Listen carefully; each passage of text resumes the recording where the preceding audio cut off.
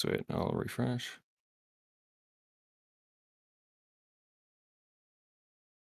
It's on your YouTube, right?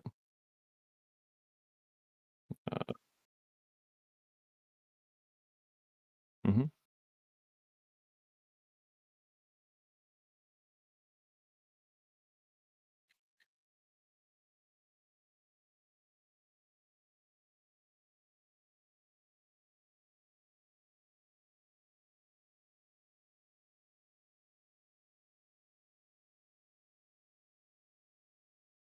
I mean, isn't that's fair. This thing has 12 gigs of RAM, and it was only like $400. It was great. Oh, $200. Yeah, that's fair. It was 200 in your local currency, about 400 in mine.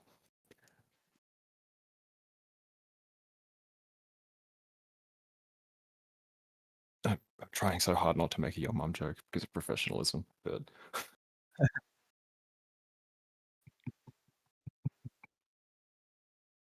it's coming up on YouTube for me. Interesting. Whack. Let's see. Oh, there we go. Mute. Let me sign in with my burner account.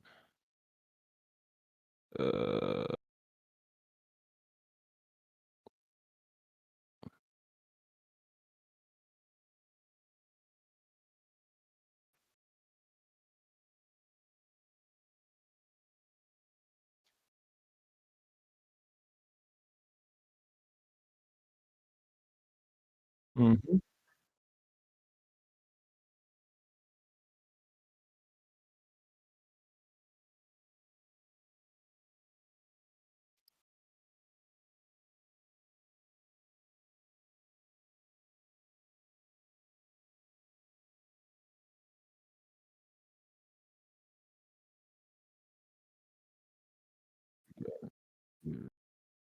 Yeah. Hang on, I'm just trying to sign into my Google account. Switch account. I woke up 2 hours ago.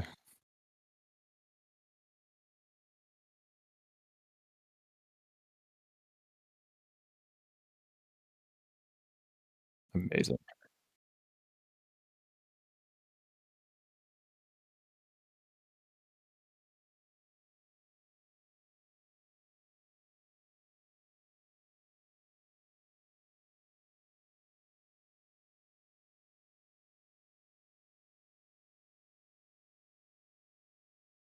The alternate. The alternate situation is crazy. Do you have the right audio set up in OBS? I do not want to set my home address, thanks. Okay, Listen, guys, we're all professionals here. Listen, guys, listen, everybody, we're all professionals. Listen, everybody, this is we're all professionals here. Yeah, thanks for letting me know that, Sky. Lilef said, why are you doing this at 9:30? It's because it's fucking, I woke up an hour ago. The hell? What can I type in the chat? I am fully nocturnal. I'm excited to adopt this and be a part of something that will change history. I'm happy to hear, Artemis. Peak streamer. Yeah, dude, I'm the #1 streamer on all platforms. He can vouch. Exactly. Yeah, #1 streamer on Twitch. A good reason. Ooh, okay. How the fuck does this chat work? Okay. Do I need to be subscribed?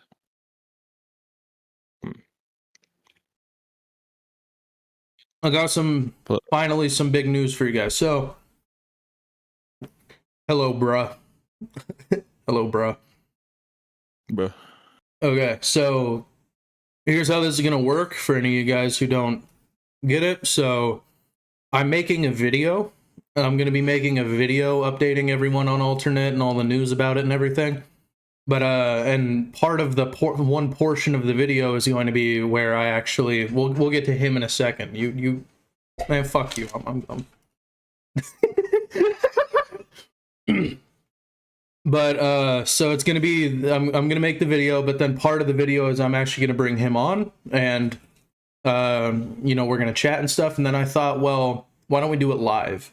And the reason why we're doing it live is so that you guys can actually ask him questions directly and all that. So I'm gonna explain in just a moment who this guy is, but I'm also waiting for the stream to kind of get going. I also should probably post this in the other places that I can. In the meantime, Lizard. It's pretty fire. yeah, let's go with this one. Fucking stop, dude. What the heck? Okay, that's the last one. Fucking stop, my boy. Gonna trip out everyone in chat. There's gonna be a dude in chat just being like, what in the fuck?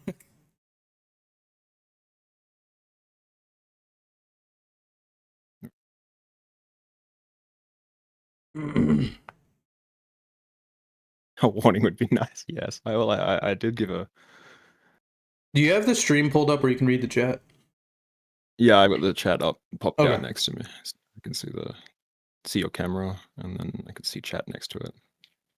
I got the streamer set up. I'll put a screenshot of what I've done. Very professional. Hang on, let me do something real quick.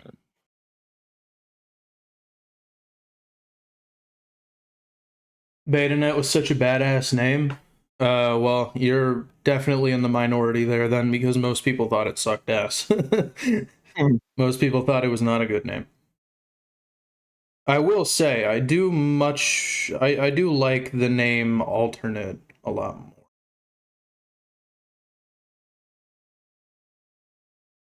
What about SigmaNet?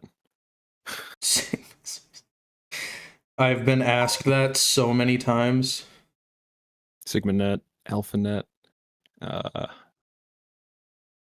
what else? Zetanet.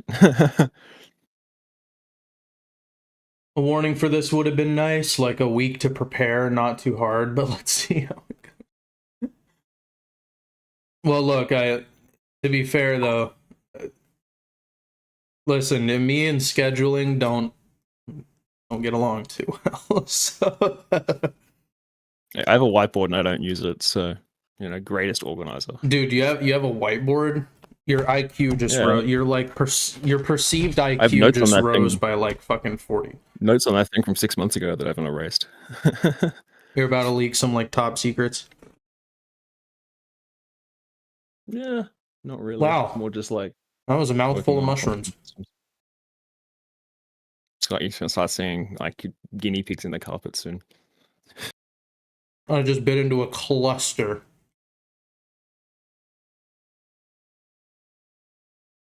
Okay.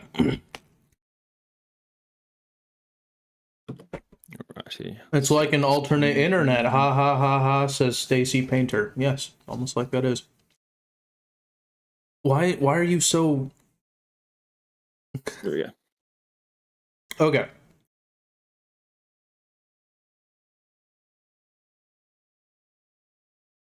You guys think we're about good to start? You guys want us to go ahead and begin? Stop like sitting here waiting around. You guys want us to go ahead and get started? I think we got I mean, the stream's been alive for 9 minutes, so I think it's about time. Unless I just want to make sure that as many people as possible can be here for if they want to like ask you questions or whatever.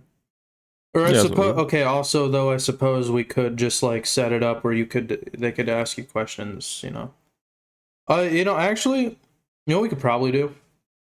After the stream, we could probably set up some kind of like little form or something where they can actually submit questions. And then you can like, you can answer them and then I can post your answers on the Twitter account or something like that. Yep. That'd be neat. That could work like a Discord forum or something. Yeah. Give me the damn OIS 0. What is an OIS? I could set up my own forum software on my domain name potentially too. That could if it's going to be something Raven, we'd want it on Raven stuff, obviously. That's true. That's true. That's true. How's it going, Raven team? Hello, Hippogriff. Yeah, we got, 19 people, about 20 people. We're good to start. Yeah, that's plenty of people. Okay. That's like So, that's like 3 whole families. you guys may be wondering, who's this guy? Right? So, you can go ahead and introduce yourself here. I'm Homework, the resident Australian, now on Raven team, to help and consult and build the first viable proof of concept of Alternet, essentially, using my industry knowledge from 5 years of working in a startup as a back-end engineer, specifically specializing in distributed scalable systems, like distributed microservices and clusters. Both in like proprietary, engines like AWS, but also self-hosted, like within Kubernetes and Docker. And I have the knowledge to kind of build something that would work in theory. So, my whole job is to, research a way of developing it, design a specification, and implement a proof of concept for people to use, essentially. Yeah, so it's like a starting point, like a leaping off point. We've already been working on as you guys already are very well aware, we've been working on a updated spec. And so part of that spec is where you change the name, obviously. The most immediately obvious change. We're also doing a hard reset on the version number because we're currently on 1.2. Except the versioning is fucking stupid right now. It is so stupid because we should not have done 1.0 to start. Is that really how you're gonna? Hey, you told me not to. It's fine. There's gonna be some like inside jokes on the stream that none of them are gonna fucking understand. Okay, it's fine. So yeah, the whole idea is, I am a cybersecurity guy. Specifically, I have a focus in digital forensics. That's what I've taken classes for. That's what I've been like trained on doing and stuff, right? That's what I have the most experience in. So when it comes to actually building out a protocol like this, I mean, I took, advanced computer science courses and stuff. I even took like the AP test and all that stuff.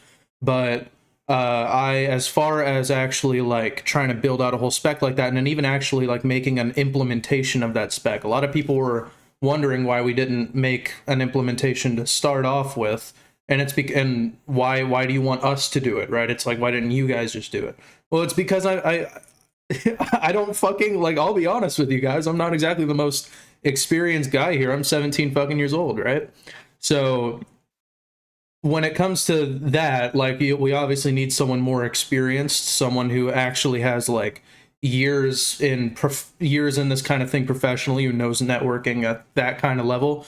And so this guy, Homework, is actually the guy who, if you guys were keeping up with the news and our Twitter account and everything, he's actually the guy who found the vulnerability, the potential vulnerability in bin.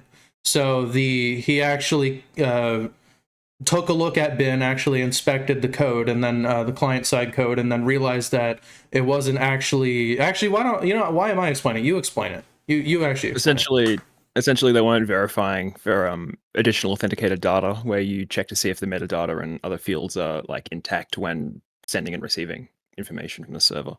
And if it like the chunks were misaligned or metadata was like, the incorrect versions and things, if there was a man in the middle attack, someone could be like, what are these chunks doing? And like rearrange the order and do sussy things if they got a hold of the keys. So that's essentially. So he found that, like, literally he just, joined our Discord server and just fucking made a whole post, even proposed how to fix it and all that shit. So, after that, me and him got talking and stuff, and then he started explaining his experience, in the field and everything. And so one thing led to another, really. And then now he's actually brought on, he is now, other than Pharaoh and I, he is now the first, like, he is the third Raven member. We actually brought him on as a member of the Raven development team. So, and his entire focus, his entire purpose and everything like that is he is leading the Alternet project now. So it was obviously before set up where I was leading the Alternet project, but now I've kind of given it in the hands of someone more experienced, someone more professional, someone who knows what the fuck they're doing. I mean, show them the keyboard, bro. You gotta show. Oh yeah, like yeah. messy ass. He's got the programmer keyboard. The programmer keyboard. I got the iPhone, got a case on it and a battery sticker.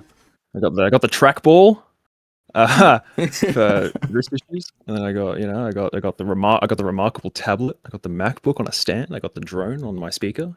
It's very professional. Raven is such a professional organization. Yeah, very. But I mean, we don't gotta be professional, you know? That's like, I'm sick and tired of the ultra professional shit. I'm sick and tired of the corporatization of the web and everything like that. It's gotten really fucking tiring, you know?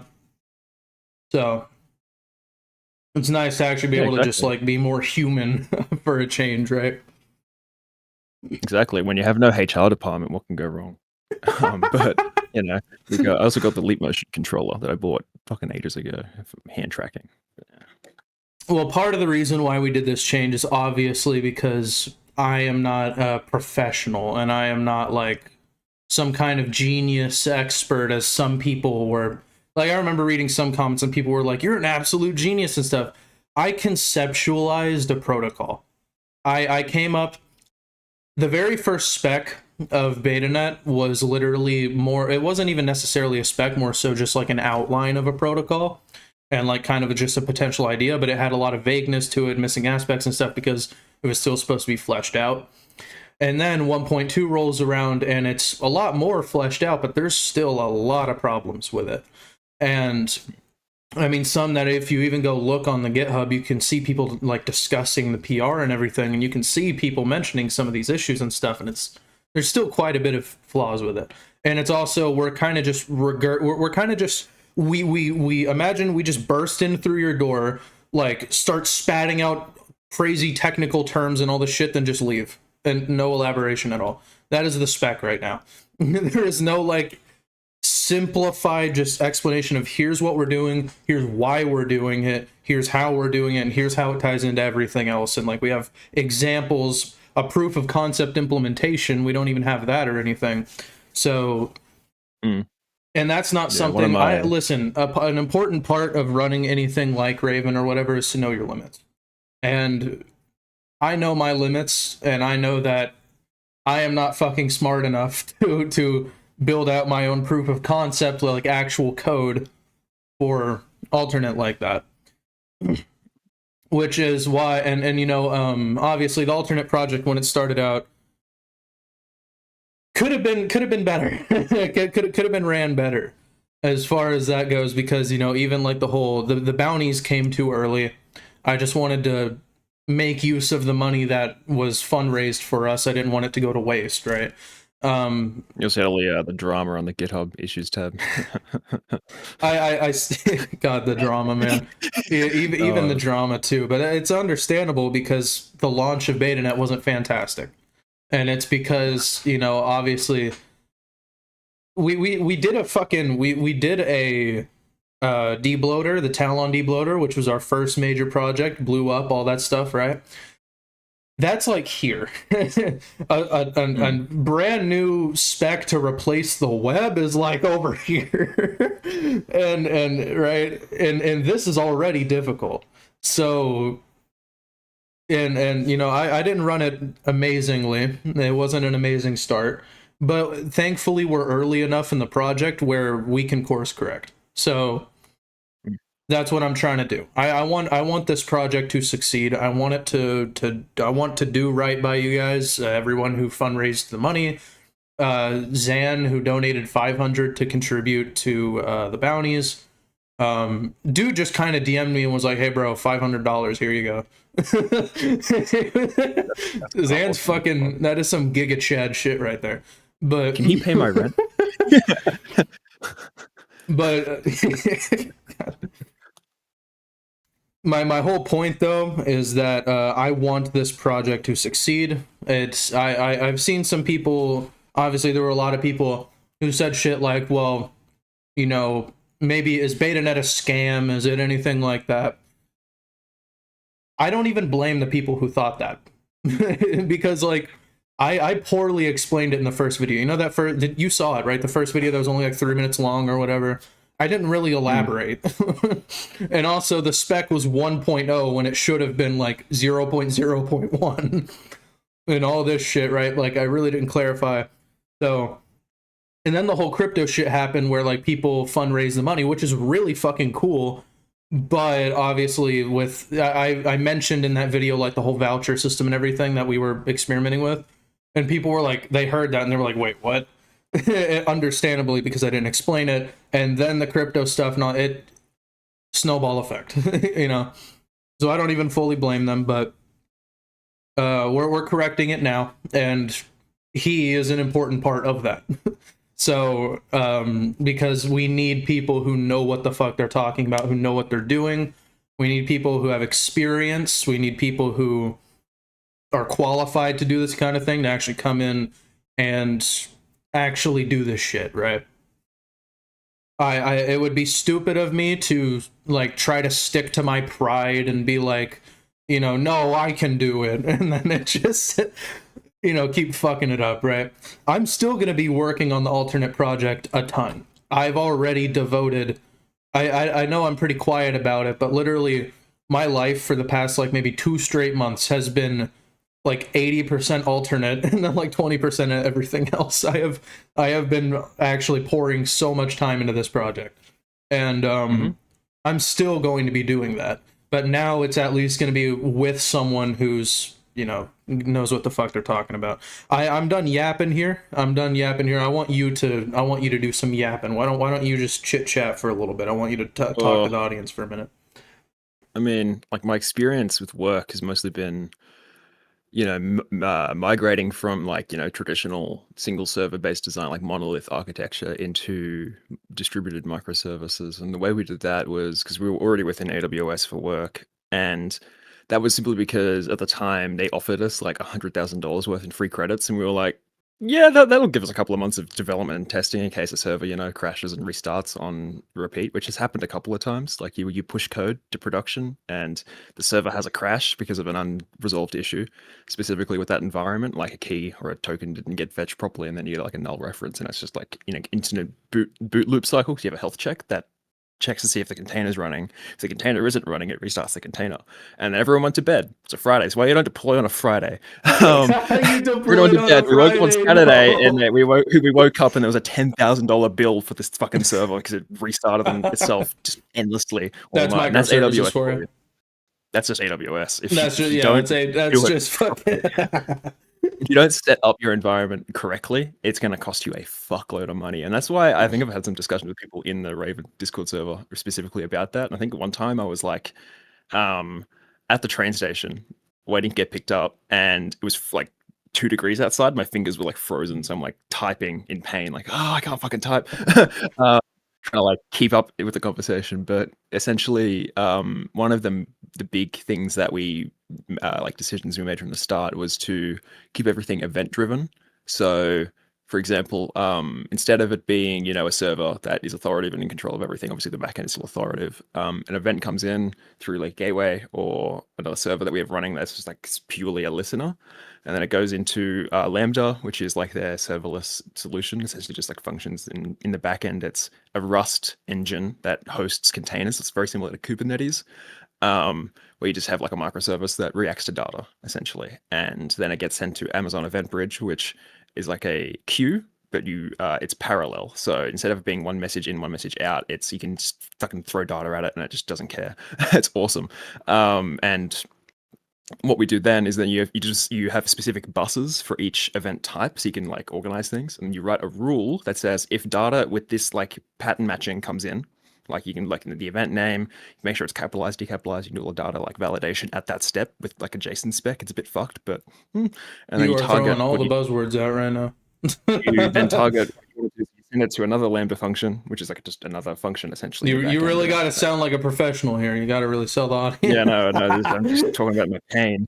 And you know, going from just like one centralized server essentially, like one of the reasons we did this was redundancy, mainly because what we found was that if that one server or cluster of servers goes down, there goes the fucking product. It's offline, and the AWS just had their global outage, and that's pretty scary. I was looking at my work's Discord server, and everyone was like, "Oh my god!" It's a But good day to be the like all relying on AWS. it was 3 a.m. for me when it happened, so I was asleep. But um, the other, like, fuck, what was my train of thought? But no, the shift from monolith to distributed was also giving me sort of insights when it comes to building potentially a distributed network in the real world. Because I've done work with Matrix's specification in the past. In fact, I was actually, for a bit, I was working on this project that was nicknamed Northgate, which is essentially, I haven't finished it yet. It's still very, very early progress. It's a better Discord plugin that communicates locally with a client that you're running, which connects to the Matrix network, and you Oh sign yeah, you in told me with like about that. OIDC. So I had it set up with Auth0, so you just sign in with Discord with Auth0, and it shares back just like a random generated hash that it does. It's like, that's a production grade. You don't actually need that. I could just probably just use Discord's API, but it comes up with a random hash, and that's your username on Matrix, on your home server or the Matrix home server, whatever you decide to run. And then it communicates locally with Discord, and instead of it using Discord's connection to that, instead of using their architecture, it uses the Matrix network. So when you send a text message, it's not going through Discord, it's getting encrypted on your client, your machine, and then being sent over the network. And the main issue I found with Matrix is they rely so heavily on like long HTTP request polling, and it's so fucking annoying when you're trying to, get real-time messages and your network just goes, or you have a lot of, network load and traffic on that home server. And it's not real time. It's very, very far from real time, and you have to constantly keep running a sync function in the background that's constantly just running a GET request to see what the most recent update and state of the network is. And there's been multiple, like, what's the word I'm looking for? Like, proposals pushed to implement WebSockets or TCP sockets into their specification, but it just keeps going stale for like months on end. There's been one that's been going since 2020, and they just haven't gone anywhere with it. So like, distributed messaging and networking is not alien or foreign. It's more so what we're trying to achieve would be similar to how Tor does routing, but not as slow, because we're not trying to go for that level of complexity when it comes to anonymization. Well, because The Tor, the thing with Tor and why it's so slow is because of onion wrapping. So obviously it's those 3 different random hops, and then also the way Tor fucking does their whole, like, you know how Tor actually like knows the relays, right? Every hour, Yeah. the Tor clients download a list from directory authorities, and which, by the way, is a pretty centralized design because there's only like 10 directory authorities, and then every client relies on them. They download they download that, and then they they have to use that, and then they have to route through 3 different nodes to then get to whatever the destination is. So obviously that's really fucking slow. So actually, Yeah. I don't want to waste people's time with this stream, so I'm actually gonna hit you with some hard hitters. Okay. So a very crucial component to the whole idea of Alternet and the design and everything like that, and a lot of people even questioned what's the difference between Alternet and Tor. Why not just use Tor? Why not just use something like that? And it's because those aren't viable replacements to the web. So the typical web. So you streaming via Tor is like technologically infeasible. It is basically not possible to stream on Tor, like streaming video or anything like that. So good luck trying to deploy like Netflix on Tor, right? The whole idea of Alternet is it's supposed to actually like be capable of everything the standard typical web is capable of, including like streaming video and everything like that. The priority, obviously, Betanet's or Alternet, Jesus fucking Christ. Alternet is supposed to be censorship resistant as a main priority above all else, and then privacy focused second, if that makes sense. So Alternet by design is going to have privacy in mind, but it's not going to be like this ultra private fucking thing like that like Tor is, because the main focus above all else is just preventing any kind of censorship. So actually, with that in mind, I wanted to ask you, because you and me actually, just for the stream, we haven't actually even talked about this yet. We actually haven't sat down and fully talked through this whole plan yet. So let's just fucking do it live. Hell yeah. So alternate, obviously we want to be able to do that stuff. What do you have in mind as far as because you want the design to be completely decentralized, right? The hardest part of any kind of decentralized architecture like that is going to be the discovery. Is going to be actually like, how does your device find the other devices? We can't rely on a DNS system. We can't rely on like a DNS like that, because that's centralized. My idea for DNS would be like using its design philosophy, but in a way that's like almost federated. So one way that could be done is like similar to how like Matrix has its home server discovery. So it would be each node is like, has its own address and it's verifiable by, whatever system we use to make sure it's like actually, supposed to be run on the network and is like authenticated. There are ways we can do that. But essentially the idea would be that, you want to host a web server, right? You host your web server, you set it up, you set up your reverse proxy, you do all the standard stuff. We would have to implement a method where you provide your like IP. It would probably be like a plugin that we create, because that would be the easiest way of doing it securely. So like Nginx, you would like run a command in Linux and it would generate like a hash as your IP. It would be like an IPv6 address essentially. We would probably need to use IPv6 for this network because of address limiting probably. and other issues. A lot of people were confused early on actually about like, wait, so because you remember how I made the mistake of using the word or internet early on, and a lot of people started calling it Internet 2.0 and everything. People were like, how the fuck is that going to work? Because like you replace an TCP IP, right? No.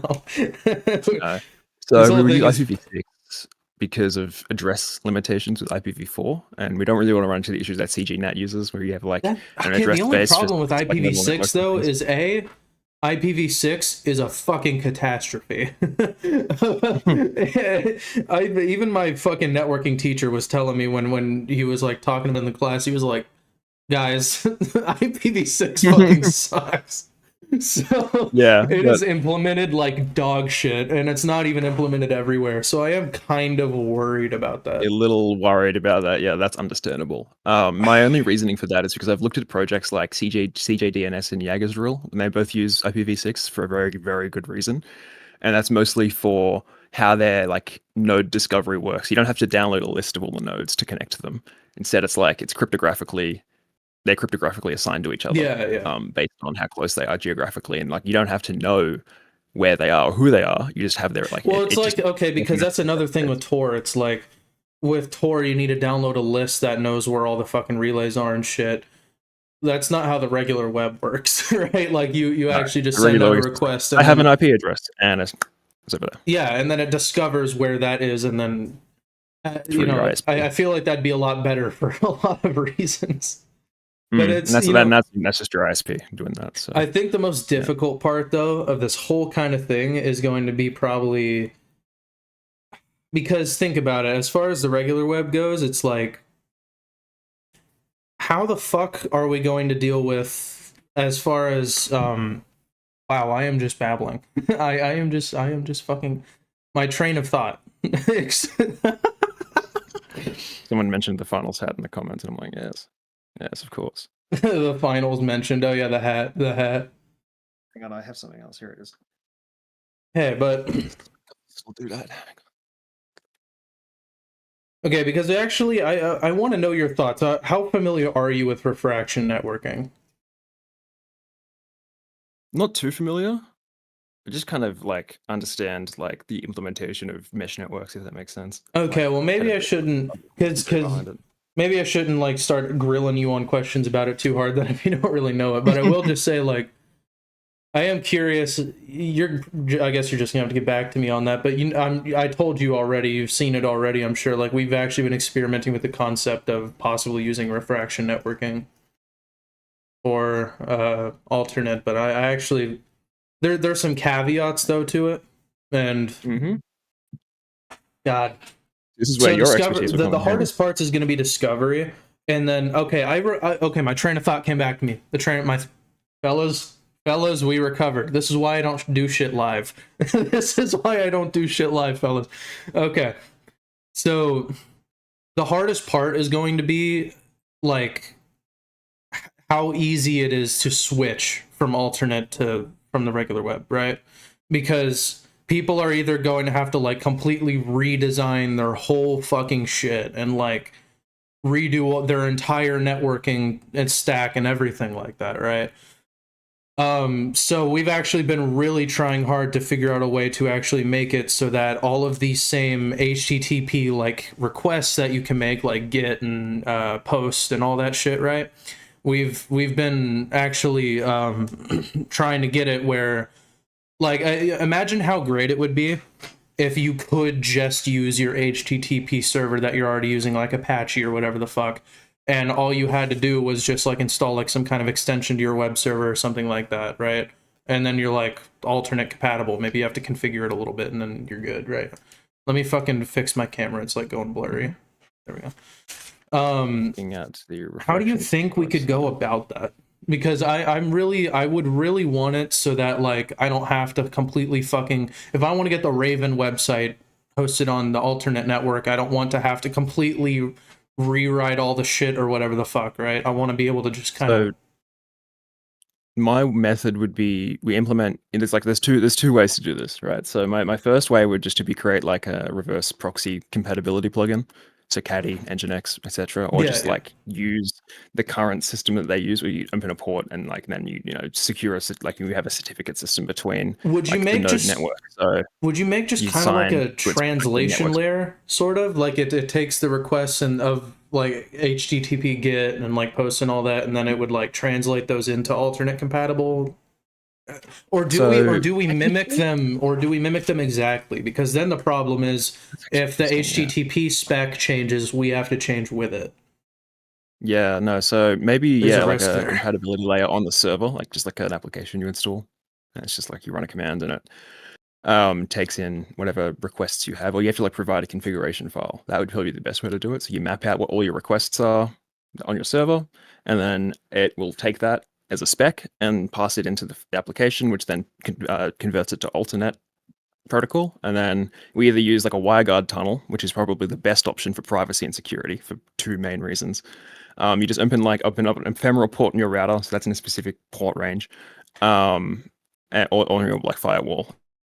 And Okay, what well, this will do is then okay. it'll then use the There's a big connection to risk. Okay, use. not maybe not so much for the people running websites on Alternet or whatever, but the people using it. So a big part Mm, of Alternet that really needs to is obviously it needs to blend in with regular traffic, right? Like regular web mm. traffic. And it needs to, the whole idea is to tie Alternet so closely together with HTTP and DNS where the only conceivable way to possibly block Alternet would also severely damage the regular web in the process. Does that make sense? Oh yeah, of course. It's that whole It would idea still of, look you like. remember me mentioning mutually assured destruction? It's that whole idea. We Mm, want it so yeah. that's the guarantee that Alternet won't get censored because Tor and everything like that's so fingerprintable. Actually, like for a network operator, that I can see so clearly that you're using Tor. It is not making it hidden that you're using Tor at all. So it is Mm, so trivial. Like my school, even everything, any network operator can just block Tor like that. It's not very fucking hard at yeah. all. No, the And reasoning for WireGuard specifically, you can still make WireGuard traffic look like normal traffic. It's just encrypted the packets, right? And well, then yeah. matched to the signing key of that server. So then when it's like you can also do this over quick as well, like a big brain. Well, you were talking about You using a have a different private port port. though. They could block that port. Yeah, You yeah, got to that's true. use like 443. Like port 80. Woo! Port 80. Or Woo! I mean, you would use 443 for encrypted because that's Free, yeah. HTTPS. Yeah. Yeah, you would use port 80 to open the connection, then upgrade to 443, like every other server does. Yeah. Use 443, transmit the traffic. The WireGuard traffic would then, hit the entry point of the, it would just like discover, I don't know how we would do it, probably just like refraction networking, right? So I'm just looking at the page right now. Well, okay, because Interesting. we're Trying to really going to figure need out to put a how lot we of would thought match into the that. whole into discovery because that's a Yeah. difficult thing. Because Huh. obviously we don't I like have just a DNS that we can call to. Because then the an whole idea for idea of DNS is, centralized then, and that's a whole fucking problem there. I mean, The there is a way. I'm not sure many people will like this. We could technically use blockchain to an extent for DNS without having to pay gas fees because we'd just be fetching data. When you fetch data off a blockchain, it's like it costs nothing. When you want to write data, that's a That was bit actually bit kind of different. okay. So a lot of people actually were Um, reading the spec. I don't know if you saw that part of the spec, but I think mm, it was actually it's not in 1.2. It's in 1.1 and 1.0, I believe. We were actually proposing using three different to keep it from being decentralized, although admittedly it is still kind of centralized. It used like three different chains, and they all essentially keep track of basically because you also have to think domains, right? How the fuck do you really want onion? Have you seen onion URLs? How fucking long and complex and bullshitty they are versus like just typing mhm. in like, you know, a regular domain name. So So, have you seen this? Ignore the vertical monitor. There's this thing called Polkadot. And they have this thing known as fuck. Where is it? It's the Polkadot chain. It's a polychain of multiple blockchains, and it allows you to build scalable perform like web apps just in a decentralized manner, essentially. So you can run multiple chains doing like running different like the same smart contract essentially. I Um, have not and seen it that. scales based on usage. I'm working Pretty on another fucking. open source project This is that with some Logitech mates to build autofocus at a full. DAO system that's like, but no, it allows you to run processes asynchronously, and it like has its own like runtime that's in Rust. It's pretty cool. And I'm working with some people to build out like infrastructure as code You and me specifically need to for that, so fucking you can like host talk your about that off application. stream more. You and me need to like fucking. Mm, That sounds interesting. I okay. yeah, me and I DAO working on that. But Discovery is going to be what an we could do, interesting bit because we could. the Oh, whole concept, a very vital component of Alternet, is we cannot have single authorities, right? Because consensus. Yeah. if there is a singular point of failure anywhere in the protocol, then the whole thing collapses. Because if I'm a government or world, whatever the fuck, right, and if all it takes is me taking down one guy and then everything else falls apart, that ruins the whole idea. It needs to be there is actually Do no you single point of failure, right? And could use anywhere in the whole like chain. concepts of blockchain, but not blockchain itself, to build out like almost distributed DNS. So the actual Alternet network itself is its own DNS network as well as routing. So you and that's I don't know how we would do this like for discovery to like find the initial node that you connect to, like your entry points and whatnot. That's difficult. I'm going to use like CJDNS, and Jaeger's have already figured this out. So that's why I was thinking Well, about yeah, it's maybe using important that as not a to starting point. reinvent the wheel. That's actually an Exactly. Yeah. important. That's part of the reason why Massive. 1.2 is still not good, is because in 1.2 we were trying to do a bunch of shit that we realized half of this already exists, dog. Exactly. There's already solutions in place. And then the other issue that we're going to run into is working with like ISPs directly because they're beholden to local laws. And like That's the obviously every biggest ISP in the problem with US has to have a back refraction. door for the That's NSA. It's crazy. that's the biggest problem with refraction networking actually On camera is for a second.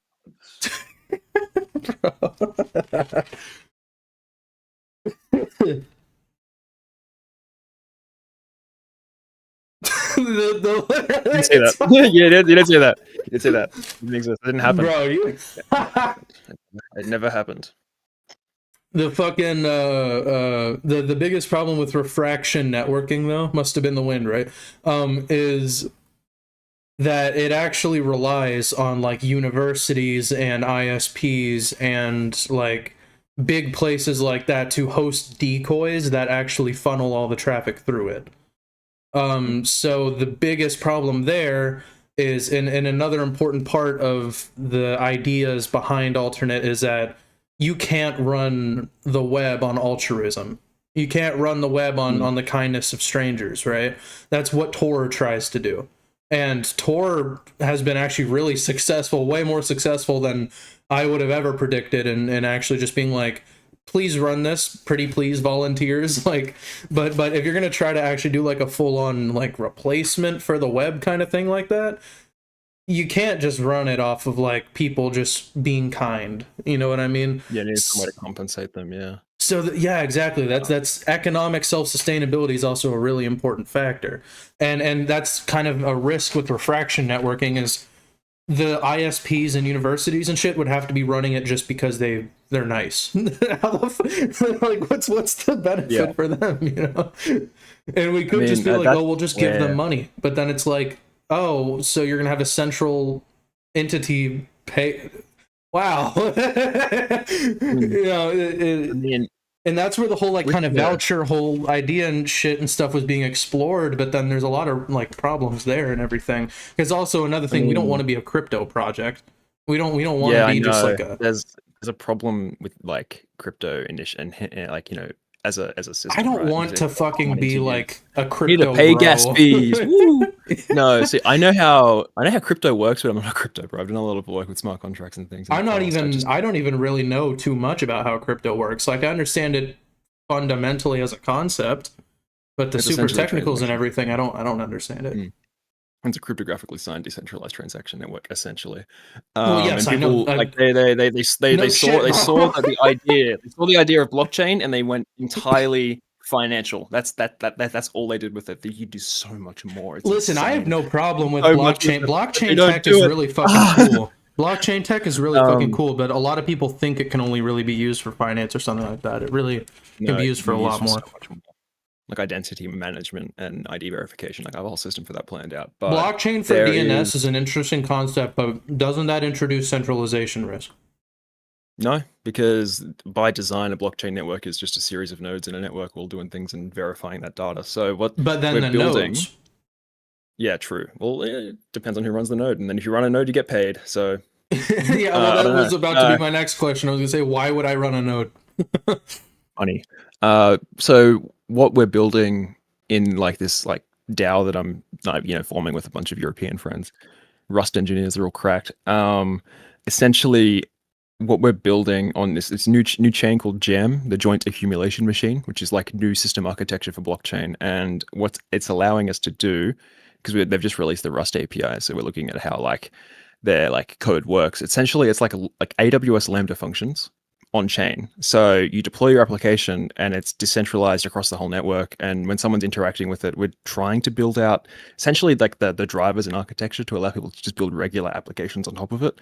And when their users interact with it, they have no idea they're interacting with a blockchain, because the cost of running these applications is managed by the organization that hosts them, not the user interacting with the application. Well, that's the problem an important part of Alternet too. We don't want the users to have to be tech savvy or have to understand this shit. It's got to be like the regular web where I can just open up a browser, type in, whatever address, and then just fucking use a website, right?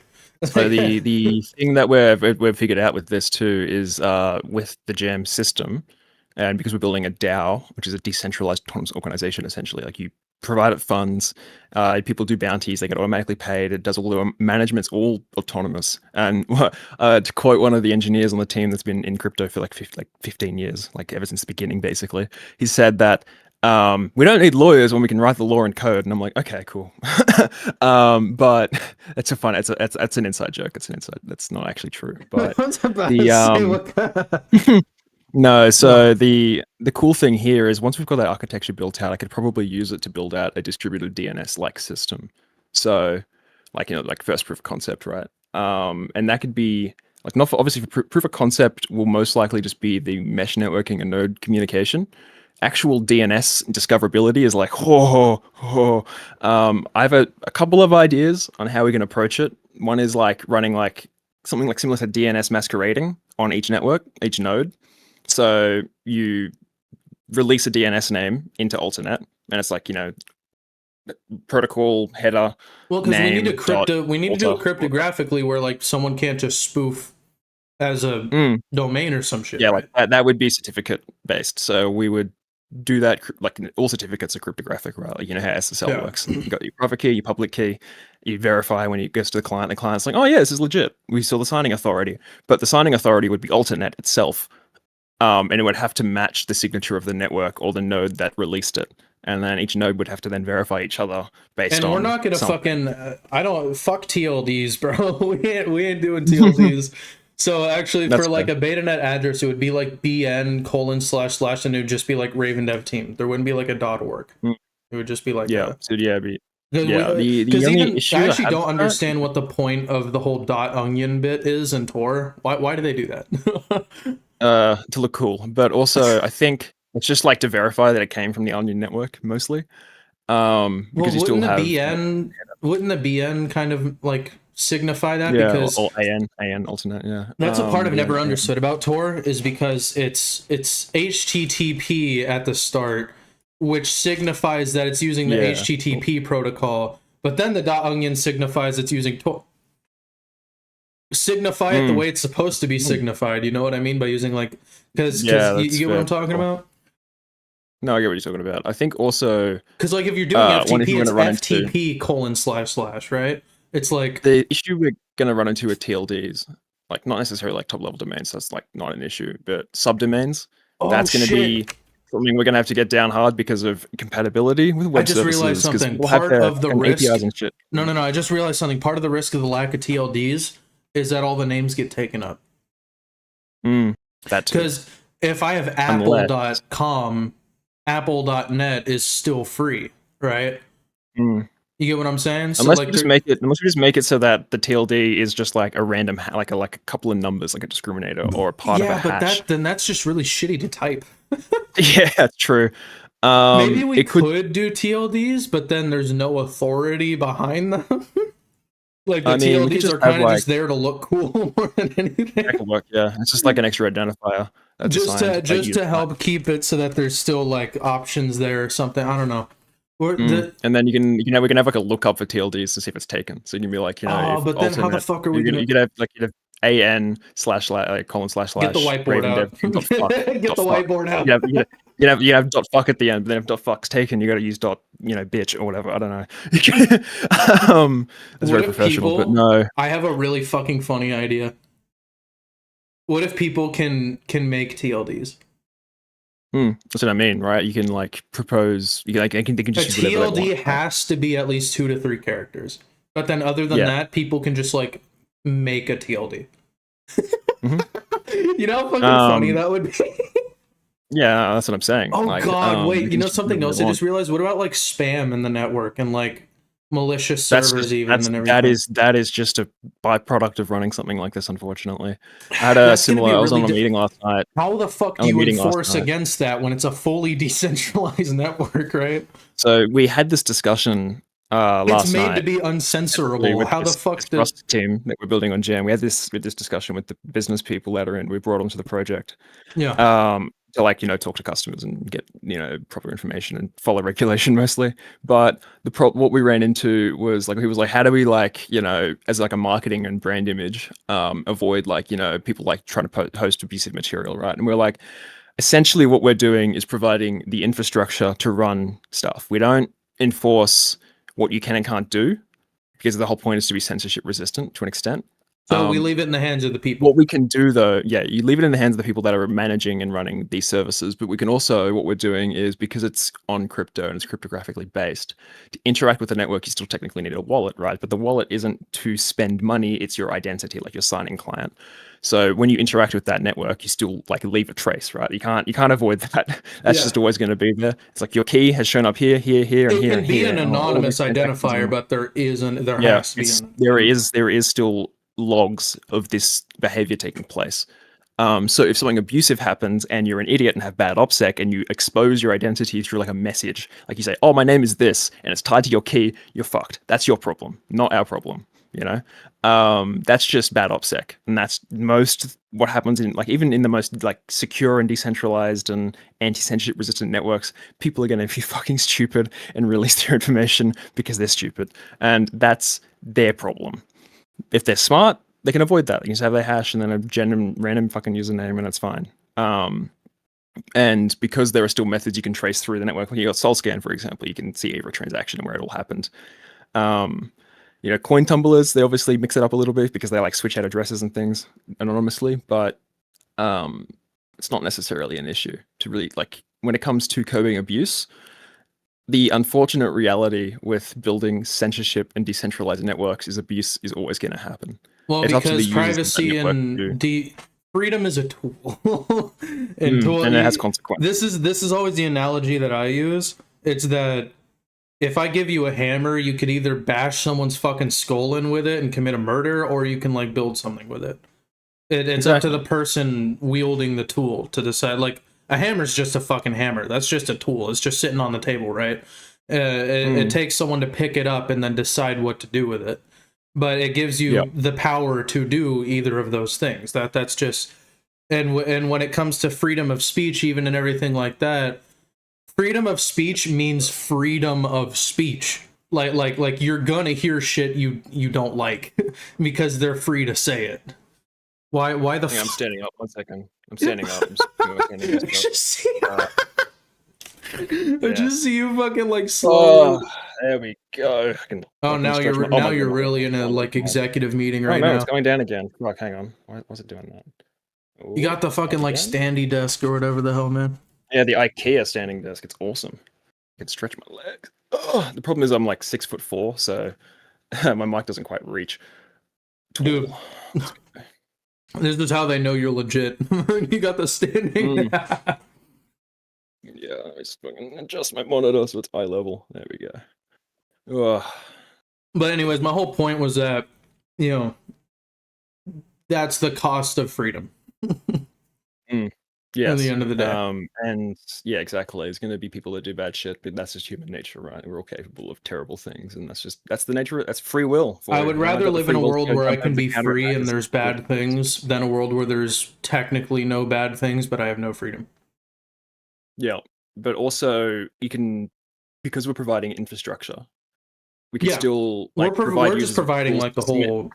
Like, so the example of this is like, you know, like Mastodon, right? Which is a bad example because they're just fucking annoying. Mastodon listen, I actually hate federated networks. I fucking Blue Sky even. I fucking hate federated bullshit like that because it never works. The thing with Blue Sky and the ad protocol is not necessarily that the tech is bad. It's just their implementation is, you know, their implementation is the problem. If I make a Mastodon or oh my, look at my fucking camera, dude. I got. Hell yeah. It's like when you die in a fucking Call of Duty game and it just okay. My problem with Mastodon and Blue Sky and all that is if I make my own Mastodon server, if I make my own Blue Sky, and I say this is just purely a hypothetical example here, fellas. Don't fucking cancel me on Twitter or nothing. But what if I said, like, you know, Donald Trump is, like, amazing or something like that? What if I started, like, saying a bunch of shit that some other people disagree with? I can get, my server can get blocked by all the major guys because they all have, like, a fucking coalition. And then they all, like, block all the fucking... They could block me out of the network entirely. And then it fragments the whole thing. And so Mastodon and Blue Sky and all that are these giant fragmented networks of like little clusters that are all independent but also connected, and it's like it makes it so fucking annoying to use. And that's the thing, because Blue Sky is just a proof of concept essentially of the ad protocol. You can do so much more with it. You can technically just remake YouTube if you wanted, but the beauty of how it works is you run what's known as like there's parts you can self-host, like your personal data server, which is what I like about it, because I'm like, personal data like ownership is important, especially when it comes to like websites and people just being able to like go, yes, your email address, this is the behavior you partook in, I'm going to sell you ads, yay. What Blue Sky allows you to do, and like all the ad protocol at large, you host your own personal data server, which then when you you know, make a change, like make a tweet or like say a comment or something, that gets recorded through like authenticated sign-on to your personal data server, which then federates out using what they call the big pipe, which is essentially just a big fire hose like socket of events decentralized across the whole network, back into the app view, which then checks to see if it's your repository, because it's like a key to go, oh yeah, this repository, this is this user. It checks to see, and then uses DNS to authenticate and say that it's you. They like piggybacked off of it. It's like instead of like a blue check mark, you put an A record or a specific DNS record into your like website, and it's done. That proves that you're you, because only like, for example, New York Times, you can't spoof someone else's DNS that easily. You have to get like log into their provider and like put it in yourself. Essentially, that's how that works. So event updates, things happen, does it automatically in the background, but you can have all your data on your own server, and then if you decide, oh, I want to, you know, switch providers, you can just export and change, and it's fine. The issue right now is they don't support encryption. There's no nothing's encrypted. It's all there in plain text. They don't have any ways of sharing. Like their DM system is entirely centralized. When you send a direct message on it's going through Blue Sky servers. Yeah, that's the problem. They haven't fixed that yet, but they said there's a spec update coming. So I think some of the like methodologies and design decisions that they've taken to build out their communication and like federation systems, I think we might use, like the event stream, right? So you're running a node. It wants to receive an update from the network. You have just basically like this, like on multiple ports or channels, or maybe it's randomly selecting, and it uses some method to determine that and communicate with other nodes in the network over quick.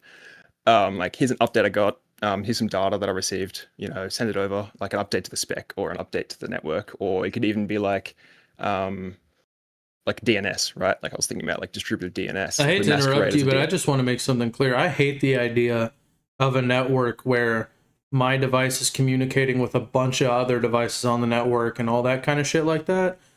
Because think about the way the web works. It's not like that. If I want to talk to a server, I say, I want to talk to you, and then I just talk to you, and then it like talks back to me, right? It's not like in the background while I'm sitting on my desktop, you know, without connecting to anything. It's not like, well, minus telemetry and Microsoft bullshit. Disregard telemetry for a second. Like you know what I mean? I'm not actually secretly in the background like connecting to a gazillion other things. Although I guess that's going to be kind of tricky to do, because without DNS, how the fuck do you do that? But that's the design model that all of the other privacy focused networks have followed so far. And I don't know if I entirely like that idea, because you got to think also from a privacy perspective. If you're communicating with everyone else on the network, you're basically calling out to the fucking heavens, hey, everyone, I'm here, right? So that's an interesting thing with Jam, and that they've discovered with like their communication. They use Quick as well to communicate with each nodes, but they don't Quick have a is constant awesome. connection. I fucking love Quick. They don't use what's known as gossiping. They just like where the connection, like that's the problem with blockchain right now, is every node is always constantly connected to every other node. They only connect to nodes when updates are needed. So if something needs to happen, it goes, oh, okay, like how's your state looking? Oh, this, like, it looks at the blockchain record and goes, okay, this is the state of this node, just by looking it up, and goes, does it need an update? Yes. Boom, sends a message over, done. Could use something similar to that, where it's like a distributed like database almost. So what we usually use in like distributed systems normally is GraphQL. Like we have a cluster of Kubernetes servers just fucking on a massive like server with like 80 CPUs and like 400 gigs of RAM, and then all these servers are just running independently as little nodes, and then you have a federated GraphQL layer that sits on top of that, and you use that to access data from each node simultaneously. And then if you branch that out into like a much larger network, we could use something similar to how blockchain does it, where it's like, you know, check a record, done, cool, done. Like get the state, and then check time slots and timestamps to make sure everything's in sync. And then if a server like over in like fucking Asia needs an update, it can request out to the network, like send out like a request to just a bunch of fucking addresses that I'd seen before. We could do like historical node discovery. So like after it's connected to something, it's like, oh, this address here, cool. Yeah. Okay. The only problem with that though is you're talking about like caching the result, right? Only problem with that is like, what if the destination changes? Well, then it would, like, you know, reach out to that node, doesn't get a response. Reach out, if no response, try to refresh. It's like try to get it again or something. But then like pull down a record for a chain. Well, I guess speed isn't necessarily too bad of a problem there. But like I thought of a potential way to go about it, but the idea that I had would mean that the very first time you ever try to connect to something, it's going to be slow as shit. But then every other time you try to connect to it, it's going to be fast and normal. Yeah. Like imagine trying to type youtube.com for the very first time, it'd be super slow as shit, but then after that it would be like normal speed. Yeah, instant. Yeah. I was trying to think, because my concept, my whole idea was like, what if like it was similar to what you were talking about, where it's like similar to how subnets work, maybe. Where you have like an address space, and then there's like a range of addresses that you use to communicate with, and it just uses that instead.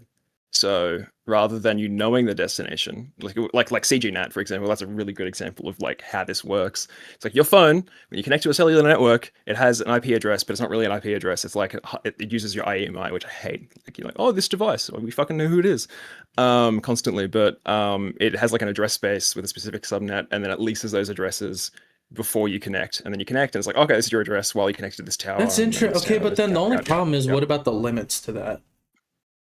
It depends on how large your address space is, because like they use the 10.0 address, and then you can have 10.0, you could have like, or you could do like 1.0 to all the way through to like, I don't know, you could have a couple 100,000 addresses, and then if they all get used up, you just switch over to the next subnet, and the next subnet, and the next subnet. And then you run into the issues of routing, but we could maybe adopt that model, which then would also add compatibility for mobile devices. It would add That's actually an interesting idea. It would add compatibility for Starlink, because Starlink uses CGNet. That's why you can't get a static IP address on Starlink without paying a huge amount of money, because it's always changing connection. It's always like connecting to a different satellite as it's passing overhead. Like my Starlink, it's not. I haven't paid my bill in a bit, but it's over there on the front lawn.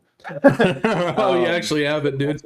I'm using my parents' internet right now, which is god awful. You're not worried at all about being doxxed? No.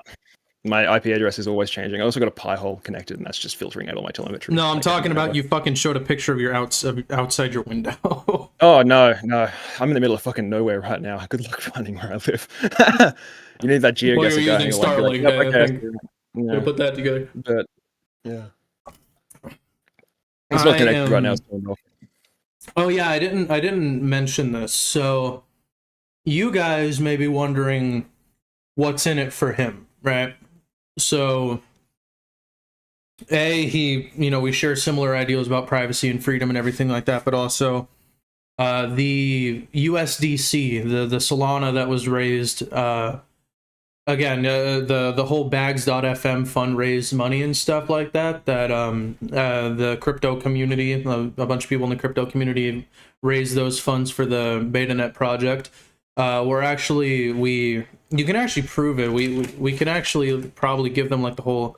Don't do it now. I'll do that off stream. We can publish the message and then the message ID and stuff, and then like where they can actually check it on it to verify. But anyways, we signed a contract, and we signed it with the crypto wallets, because you can sign a message using a crypto wallet, where that message is cryptographically provable that you signed this. It is beyond a shadow of a doubt that this is real from you, right? So we did that, and then we also signed a contract. And the message that we signed, it says we signed this contract at this time. It is in effect. And so we signed a contract. He's been brought on to work on the Alternet project for $5,000 worth of USDC. So he, whenever the Alternet project finally gets to a complete, ready, fully stable, like ready to go state where it's actually starting to get implemented and everything like that. Proof of concept, yeah. Yeah, when it's finally complete and it's stable, then he would be getting $5,000 in USDC from the 43,000. I think it's like 43,678 or something like that dollars worth of USDC total, and he would be getting $5,000. There's still going to be the bounties, obviously, because that's only $5,000 out of the 43K. So the rest of that money is going to be going to, obviously the bounties and everything like that. Whatever else expenses need to go into the Alternet project. From my knowledge, though, I'm pretty confident that the rest of the money will be able to go to the bounties, unless, depending on how things go, actually, we may bring on one other guy to also, actually, I didn't tell you that, but we're thinking about potentially bringing on another guy as well, who also is very knowledgeable on networking and everything else. We can talk more about that off stream. We may also be bringing him on for 5K. But other than that, the rest of the money would go straight to the bounties. Yep. Having like a network engineer in my left ear that's my right ear. But yeah, like would be awesome. Well, yeah, because then you two can collaborate, and then I can kind of manage and then assist in research and planning and everything like that. And then you guys make it a reality, and it would be like a. Because Pharaoh, you see, a lot of people. Pharaoh mentioned a lot of people. What are you doing? Stretching my ankles. Okay. Sorry. See you bobbing like a fucking Mario character. But okay. I lost my train of thought entirely. Oh yeah, Pharaoh. Not fair. So Pharaoh's he's got a lot of experience in networking and stuff himself. He's pretty good at all this kind of stuff, but he isn't, because obviously I want to respect his privacy and everything. Pharaoh, as of recent, hasn't been too available. He has been pretty unavailable lately, and then also, not to mention, he's not to this level of like skill and stuff. He's not like professionally, like in everything like that. He's pretty much entirely self-taught, just like me. So he isn't like, he doesn't have all those years of experience with AWS and working in companies and all that jazz. So, that's why, like, me and him were working on the Betanet project for the longest time, but then now I feel like it's just smarter to know when you need some help instead of like, fucking trying to stick to yourself and then just like it all falling apart. Oh yeah. I mean, if it helps with like stuff, I'm pretty much self-taught in my engineering skills, but that was because I was forced to learn them on the job. Other than like game dev, what we could actually fucking do? Okay, do you have anything else to say for the stream or anything like that to the? Not necessarily. More just so. Hello. And actually, why don't you answer one more question for me? It's just kind of a little interesting personal question. Why? Why?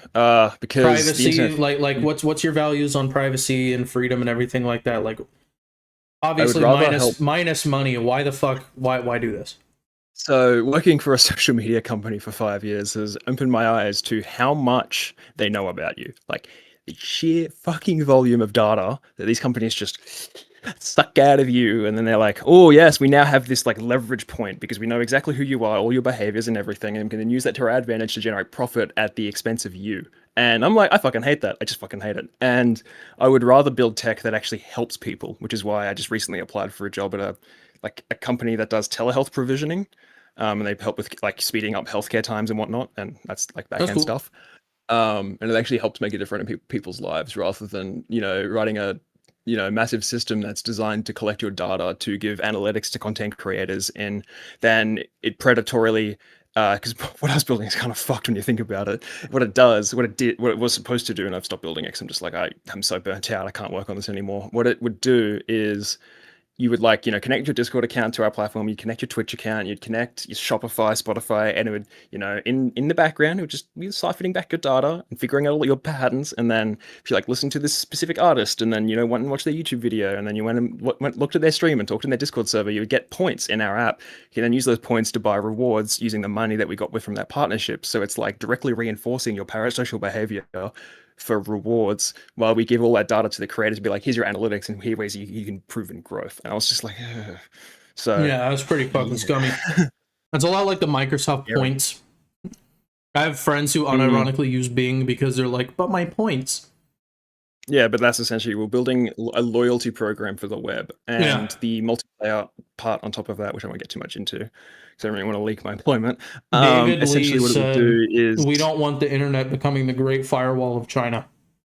No, that's true. But what we were doing is we're trying to build out systems that allowed you to form like communities across multiple apps, which from like a business perspective, a content creator is kind of smart because it's like, it allows you to have one place where your whole community can get together and talk and socialize. You're also getting all their data and all their analytics and what they talk about and what they like and what they don't like. And then you can use that to inform better creative business decisions, which is, what people need. That's not a bad thing. Wanting to improve your business and wanting to get data like that. I'm gonna have a hot fucking take here for some of you fucking privacy folks. We're trying to reinforce user behavior as well. Yeah. Like getting here's my point. I was gonna say something about that just really quick. I actually have nothing wrong with analytics and data collection and stuff like that consensually, and not doing it behind my back in like a really scummy parasocial like. You can get some points. Just don't. All you have to do is connect your account, right? And just use it. We'll take it from here, right? They don't. It's so behind closed doors kind of thing. Where instead of if they came up to me and they were like, "We want your data. Here's what we're offering. Take it or leave it. Mm-hmm. And yeah, that's one of the design decisions we made early on because my senior is like, she's like nearly 60 and worked at Microsoft before Microsoft was fucking Microsoft, like old as fuck, but like knows so fucking much. Like back in the 90s, way back, and crazy crack software engineer. But she was like, she made the decision early on. Like when you onboard and connect a new account, it tells you exactly what we're doing with your data. You can select and deselect scopes, which are like levels of access. And then the system would just automatically handle it and not give a fuck. And that was complicated because you have to build so many conditionals for each. And like it's all done in the database. The database, like our Postgres database, is like the meta definitions in your account data, and then every other bit of like real-time data is managed by our like distributed database, DynamoDB. So you wouldn't get read-write lockups and stuff is performance related. But what happened is we also have it like delete a button, like you can go delete your account with a button. Like it's very much like there, like you don't have to like see dig if through that's 6 menus. and if even on the landing page you're very transparent about exactly how it works and everything, what's wrong with that, right? And A also business we were model is a very business sure model. to strip out Just anything respect personally your identifiable. users, right? I have nothing wrong. I have nothing actually even against a company who wants to learn more about their users to better themselves as a company and improve their experience for the users and stuff. Hell, what if you even want to sell user data? Maybe that is a market you want to go in. Let me consent. Let me understand what I'm consenting to. Like And imagine maybe just even having give you part of that money. Like do what imagine that having a other developer did. contract where it's like, hey, bro, sign this contract. You can get points, and it's like, how? And they're like, oh no, you don't need to read the clauses of the contract you're about to sign. Just sign it. It's like, Yeah, don't read the little fine print and size 2 font at the bottom. You need a magnifying glass to look at. But no, the reason I stopped wanting to work on it was not so much the practices we were doing to keep data, user data private and safe. It was rather the designs we were going for to reinforce like parasocial and toxic behavior online. And also the yeah, partners we were partnering with, like, oh my God, they were kept trying to like put their like morals into our product. And my senior was just like, I don't want to fucking enforce what people can and can't do online. That's dumb. Like where you can use our product essentially. And our boss was like, well, they're not going to partner with us unless we do it. And we were like, what the fuck? Okay. So we folded to the demands because big money, make investors happy. Yay. that's always Make my how it equity is. go That's up. always how it is. Yeah, well, I still got equity, and then after Series A, I can sell it. So Let I'll me have a let me take a 20K. wild guess. They had investors. Yes, we have investors. We've got a board of investors while still prototyping, which is technically what you need to do because you need to get investment to run servers and pay employees and That's do all that fun always stuff. where the But fucking problem is, though, because yeah, but they don't the have much of reason a why you stake. I have fold more of a always comes stake. down to investors. It's I have always more of a stake in the company than some of the investors do, but my demands are never listened to, which is fucking annoying. So when the Series A round is done, after they get 10x the user count, which is probably going to happen in the next 6 months, my equity will go from 130K to 400K, and I'll just sell it. yeah. And just be like, yes, capital gains tax. That goes Okay, half my so fucking. that was all the questions I Mm. had for you here. The chat and stuff, I actually think the best place for us to go for you to actually get asked questions by all the people who have questions to ask and stuff for someone like you, we can set up a Discord stage. Are you familiar Yeah, with those? So yeah, I yeah. think the best thing to do is we would set up a Discord stage. You and me can go in there, and then the chat, because you got to think our Discord server has 4,170 members, something like that, and a good chunk, maybe of around like 2,000, almost 3,000 of those people are all here for Betanet. So, Mm. like literally, we had like 1,000 something members before Betanet, and then after we got 4,000, right? So it's like a Yeah, I was lot of one of people there. those So all one the of those people who are people. eager to ask you questions about it, I think, are going to be there. So I will, for those of you watching on the YouTube, thank you for watching. If you guys want, you can join in our Discord server. I need to get the fucking link to it. I'll grab the link to the Discord server and I'll put it in the chat for you guys. We're gonna move over there so that way, because that's where a majority of the people are. And then we're gonna move over there. And he's gonna be available to literally, me and him are just gonna be chit-chatting about this. And then you can ask him just anything. You can ask him just any questions about the Betanet project that you may have, Yep. even technical questions. Go ahead, ask him. I mean, obviously Yeah, he's. ask me about TypeScript. I use it too much and I don't like it. Here's the Discord server for those of you who want to join in. We're going to move over there now.